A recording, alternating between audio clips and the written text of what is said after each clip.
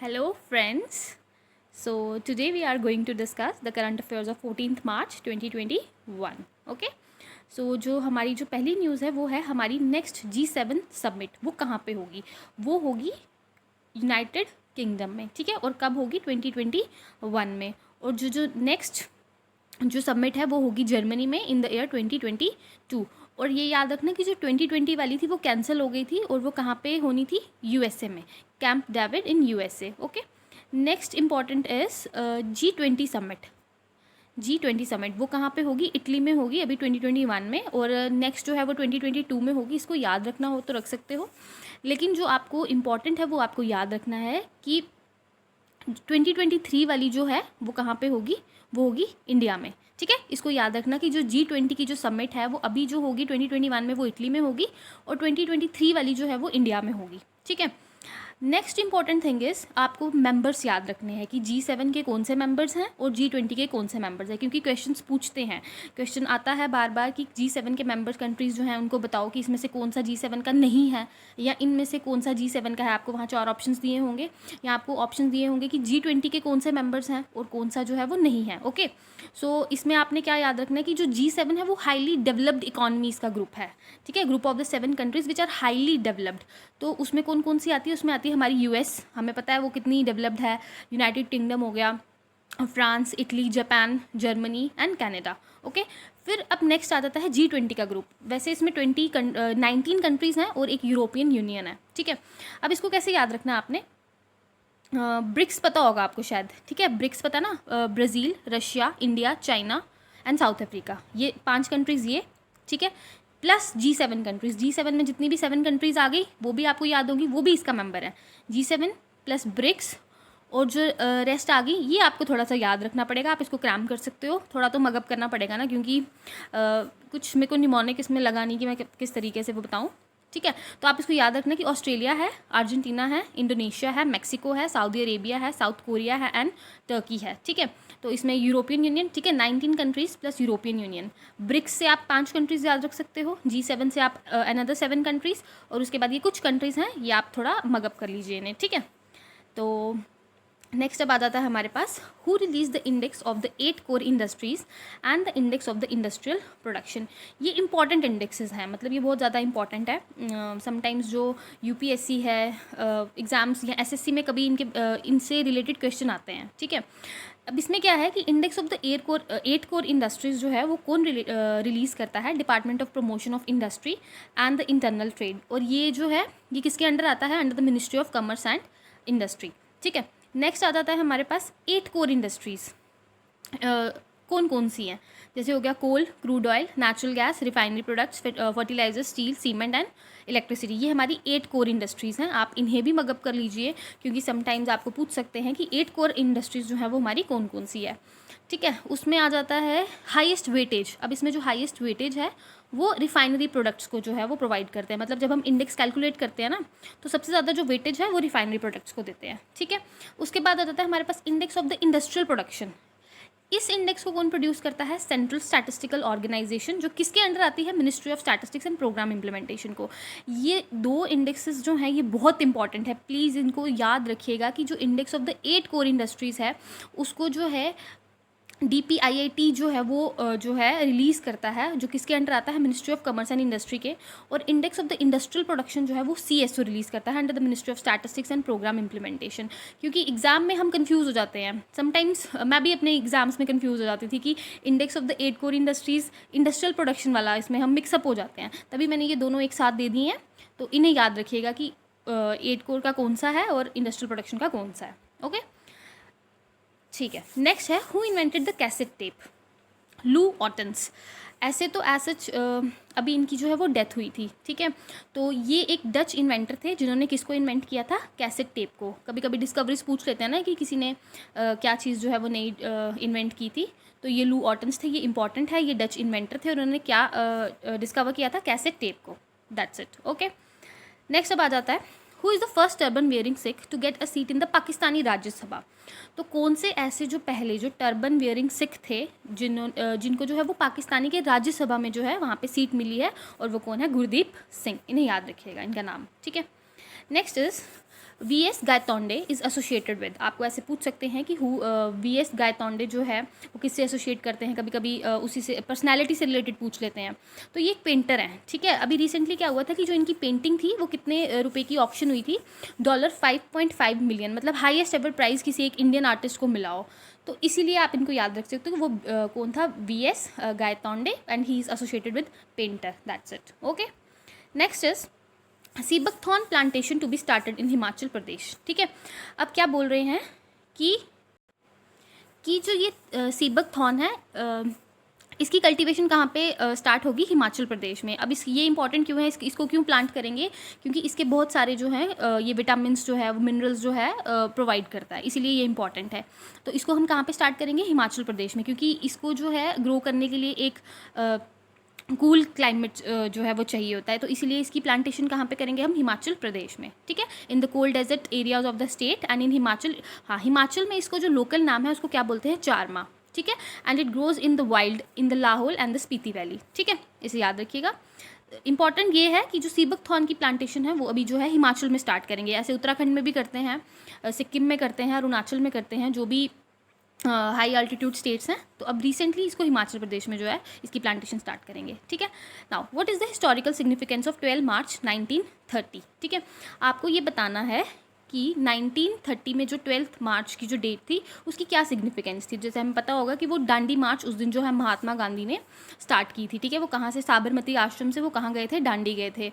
इसके पीछे की स्टोरी क्या थी कि जब सॉल्ट पे जो है वो टैक्स लगाते थे, जो ब्रिटिशर्स थे उन्होंने सॉल्ट पे भी टैक्स लगा के रखा था। तो इस सॉल्ट लॉ को ब्रेक करने के लिए महात्मा गांधी ने डिसाइड किया कि वो क्या करेंगे, एक मार्च जो है वो करेंगे, कहाँ से, साबरमती आश्रम से दांडी। फिर वो जब दांडी जाके गए थे तो वहाँ पे उन्होंने सॉल्ट लॉ को जो है वो ब्रेक किया था।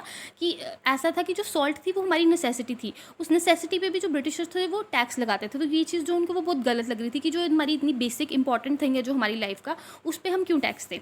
तो इसीलिए ये मार्च जो है स्टार्ट हुआ था। ओके, नेक्स्ट इज़ अमरनाथ यात्रा टू कमेंस फ्रॉम जून 28। तो आपको पता होगा कि अमरनाथ यात्रा जो जम्मू कश्मीर उसके लिए काफ़ी फेमस है, श्रीनगर में जो है ये वहाँ से होती है। तो ये क्या है, ये एक हिंदू श्राइन है जो कहाँ पे लोकेटेड है, जम्मू एंड कश्मीर में, वो भी कहाँ पे, पर्टिकुलर श्रीनगर में, ठीक है। और इसका ऑल्टीट्यूड कितना है, 3888 मीटर्स, ठीक है, 3888 मीटर्स। और इसका स्टार्टिंग पॉइंट मतलब जो बेस कैंप है वो कहाँ से स्टार्ट होता है, पहलगाम से, ठीक है।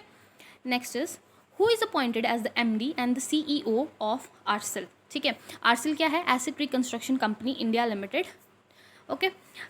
तो इसके जो CEO और MD जो हैं वो कौन अपॉइंट हुए हैं, पल्लव मोहपात्रा, ठीक है। नेक्स्ट, जल जीवन मिशन। अब ये एक इम्पॉर्टेंट है, जैसे कल मैंने आपको स्कीम बताई थी एक हॉर्टिकल्चर प्लांटेशन वाली स्कीम, वैसे ही एक जल जीवन मिशन है, ये भी एक इम्पॉर्टेंट स्कीम है। इसमें क्या है कि सप्लाई करेंगे हम ड्रिंकिंग वाटर, ठीक है, हर एक रूरल हाउस होल्ड में। इसमें आपने क्या याद रखना है कि ये रूरल हाउस होल्ड है, अर्बन नहीं है।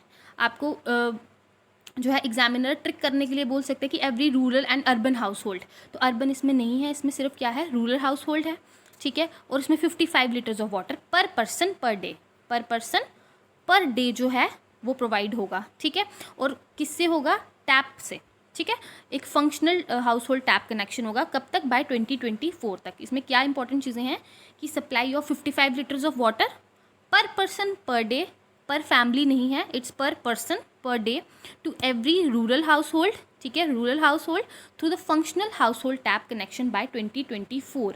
ये डेट इंपॉर्टेंट है। समटाइम्स हम इतना इंपॉर्टेंट देते नहीं है डेट्स को, बट इसकी डेट इंपॉर्टेंट है कि ये हमने ये अचीव करना है 2024 तक, ठीक है। अब फंडिंग आ जाती है कि इसको फंड कौन करेगा, मतलब जो टैप कनेक्शंस वगैरह है उसके लिए जो है इंफ्रास्ट्रक्चर के लिए पैसे चाहिए, तो वो पैसे कौन देगा, सेंटर देगा और स्टेट दोनों जो है ये थोड़ा थोड़ा कंट्रीब्यूट करेंगे, ठीक है। अब जो हिमालयन और जो नॉर्थ ईस्टर्न स्टेट्स हैं उनके लिए जो सेंटर जो है वो 90% जो है वो पैसे देगी, और जो स्टेट है वो 10%, और जो बाकी अदर स्टेट्स हैं उनके लिए 50-50 सेंटर देगा और 50 स्टेट देगा, और जितनी भी यूटीज़ हैं उनके लिए 100% जो है वो सेंटर देगी, ठीक है। Okay, now RBI slap the restrictions on the mutual fund investment in the ATI bonds, 81 bonds, ठीक है, एडिशनल टायर 1 बॉन्ड्स, इनको क्या बोलते हैं, एडिशनल टायर 1 बॉन्ड्स, ठीक है। They are unsecured bonds which have the perpetual tenure, that is they have no maturity date. इसको थोड़ा सा समझा देती हूँ, इसमें क्या है, देखो बॉन्ड हम इशू करते हैं कुछ पैसे लेने के लिए। सपोज़ मेरी कंपनी है, मुझे पैसे चाहिए, तो मैंने बॉन्ड इशूज़ किए, आपने मेरे बॉन्ड्स खरीदे, ठीक है, मैंने आपको बॉन्ड साइन करके दे दिया कि आपको मैंने एक टाइम पीरियड के बाद इतने पैसे जो हैं वो प्रोवाइड करने हैं, ठीक है। सपोज़ करो मैंने आपसे अगर 100 रुपीज़ लिए, हर एक पर्सन से मैंने 100 रुपीज़ लिए, तो मैं आपको साइन करके दे देती हूँ, उस बॉन्ड पर लिख के दे देती हूँ कि कुछ टाइम के बाद मैं आपको 105 रुपीज़ जो है वो वापस दूँगी, ठीक है। ये आपकी होगी इन्वेस्टमेंट। अब क्या होता है, इनकी कोई मैच्योरिटी डेट नहीं है।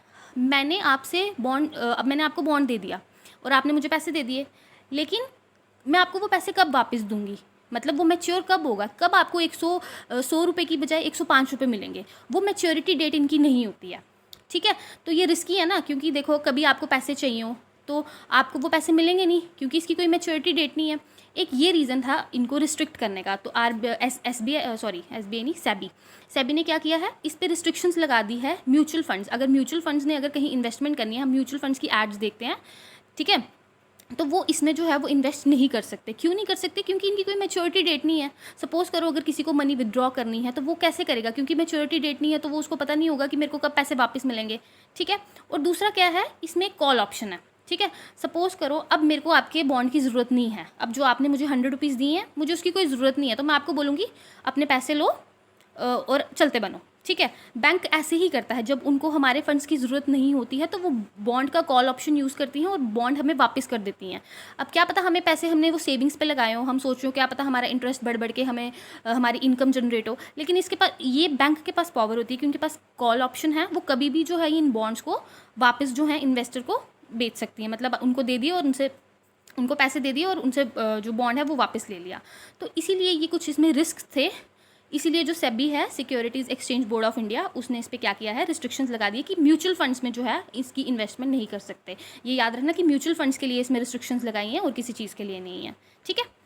होप आपको थोड़ा समझ आ गया हो, नहीं आया होगा तो कमेंट सेक्शन में कमेंट करिएगा, मैं दोबारा से इसको समझाने का ट्राई करूँगी। Okay, next is JNK tops medal tally at Khelo India winter national games in Gulmarg. जैसे आपको पता ही होगा अभी रिसेंटली जो है जम्मू एंड कश्मीर में क्या हुआ था, ये खेलो इंडिया विंटर नेशनल गेम्स जो है वो हुआ था, उसका सेकेंड एडिशन हुआ था, ठीक है। किसने इसको इनाग्रेट किया था, प्राइम मिनिस्टर नरेंद्र मोदी ने। और सबसे ज़्यादा मेडल्स भी इसमें जम्मू एंड कश्मीर को ही मिले थे, ठीक है। 11 गोल्ड मिले थे, 18 सिल्वर मिले थे और 5 ब्रॉन्ज मेडल मिले थे। आपको अब ये मेडल्स याद रखने हैं कि कितने कितने मिले थे। यूजुअली इंपॉर्टेंट नहीं होता है, बट ये हमारी स्टेट से रिलेटेड है, तो जो स्टेट की न्यूज़ है वो थोड़ा अच्छे से आपको पता होनी चाहिए। कर लेना मेडल्स को क्या है, 11 गोल्ड हैं, 18 सिल्वर हैं, 5 ब्रॉन्ज हैं, ठीक है। अच्छा, ये सेकेंड एडिशन था, ये चीज़ याद रखना। And event was organised by the union ministry of youth affairs. इसको याद रखना, ये कभी कभी पूछते हैं कि इवेंट किसने ऑर्गेनाइज करवाया था, तो इसको करवाया था union ministry of youth affairs, ठीक है, youth affairs and sports. And Jammu Kashmir की जो स्पोर्ट्स काउंसिल है उसने, plus winter games association of JNK, ठीक है, इसको याद रखना। तो this is important. Okay, next is, अच्छा आज के लिए question, name the satellite launch by the France in the space recently. मैंने आपको कुछ वीडियोस में बताया था, मतलब कुछ लाइक प्रीवियस वीडियो में, कि फ्रांस ने जो है वो एक स्पेस में जो है वो सैटेलाइट लॉन्च की है। मैंने आपको उसका नाम नहीं बताया था, अब उसका नाम आप मुझे कमेंट सेक्शन में करके बताओ, ठीक है। दूसरा क्वेश्चन का आंसर आपने देना है, रशियन सैटेलाइट, रशिया ने कौन सी सैटेलाइट जो लॉन्च की है जो मॉनिटर करेगी आर्टिक क्लाइमेट को, ठीक है। Russian satellite to monitor the climate है ये, sorry climate in the Arctic, ठीक है। तो आपने ये दोनों के नाम मुझे लिख के बताने। मैंने ये दो क्वेश्चन इसलिए पूछे हैं क्योंकि जो इनकी जो सैटेलाइट्स के जो नाम है ना वो मिलते जुलते हैं, ताकि आप कंफ्यूज ना हो जाए। जब आप आंसर दोगे ना आपको पता चलेगा कि नहीं ये वाली सैटेलाइट फ्रांस की है और ये वाली रशिया की है, इनसे आप कंफ्यूज हो सकते हो। दैट्स वाई मैंने आपको ये दोनों क्वेश्चन इकट्ठे पूछे हैं, ठीक है। अब नेक्स्ट आता है जो मैंने आपको प्रीवियस डे का जो क्वेश्चन पूछा था, उसका आंसर था 1 and 2 ओनली, ठीक है। जो अस्त्र मिसाइल सिस्टम थी, एयर टू एयर थी, बियॉन्ड विजुअल रेंज भी थी, लेकिन वो इंपॉर्टेंट किसके लिए थी, इंडियन एयरफोर्स के लिए, इंडियन आर्मी के लिए नहीं, ठीक है। तो बहुत लोगों को वो कन्फ्यूजन हुआ होगा, कईयों ने 1, 2 and 3 को करेक्ट कर माना होगा, लेकिन वो 1 and 2 ही है, वो इंडियन आर्मी के लिए नहीं है, ये इंडियन एयरफोर्स के लिए है, ठीक है। कुछ स्टूडेंट्स ने कहा था कि संडे को कंपाइल करके क्रक्स जो है वो मैं प्रोवाइड करूँ, डोंट वरी, मैं आपको क्विज़ की फॉर्म में कुछ 15 से लेके 20 तक क्वेश्चंस में आपको इंपॉर्टेंट जो है वो हम संडे को जो है वो डिस्कस करेंगे, ताकि आपकी भी जो है रिवीजन हो जाए, ठीक है। और दूसरा बात, अगर आपको PDF चाहिए होगा तो आप बता देना, वो भी आपको प्रोवाइड कर देंगे। वैसे तो ईशान सर बोलते हैं कि PDF कल्चर हमें प्रमोट नहीं करना है, but due to the lack of time कुछ लोग नोट्स बनाने में थोड़ा नहीं टाइम निकाल पाते हैं तो अगर पीडीएफ चाहिए होगा तो हम आपको वो भी प्रोवाइड कर देंगे। लेकिन जो बेस्ट रहता है ना वो खुद के हैंड रिटन नोट्स होते हैं। मैंने भी तो खुद के बनाया ना, क्योंकि जब हम खुद लिखते हैं हमें पता चलता है कि हमने क्या लिखा, हमने कैसे पढ़ा, तो वो सबसे ज़्यादा जो है वो बेस्ट रहता है। तो आप एक काम करिए, आप खुद अपने जो है वो नोट्स बनाया कीजिए अपनी हैंड राइटिंग में, वो ज़्यादा पढ़ने में आसान होती है। मे बी कुछ लोगों को मेरी हैंड राइटिंग भी समझ नहीं आ रही हो, ठीक है। तो ये मेरी एक सजेशन है। एंड वन लास्ट थिंग, जो जनवरी और फरवरी के करंट अफेयर्स हैं उसको भी मैं कुछ सोचूंगी किस तरीके से आपको जो है वो प्रोवाइड करूँ।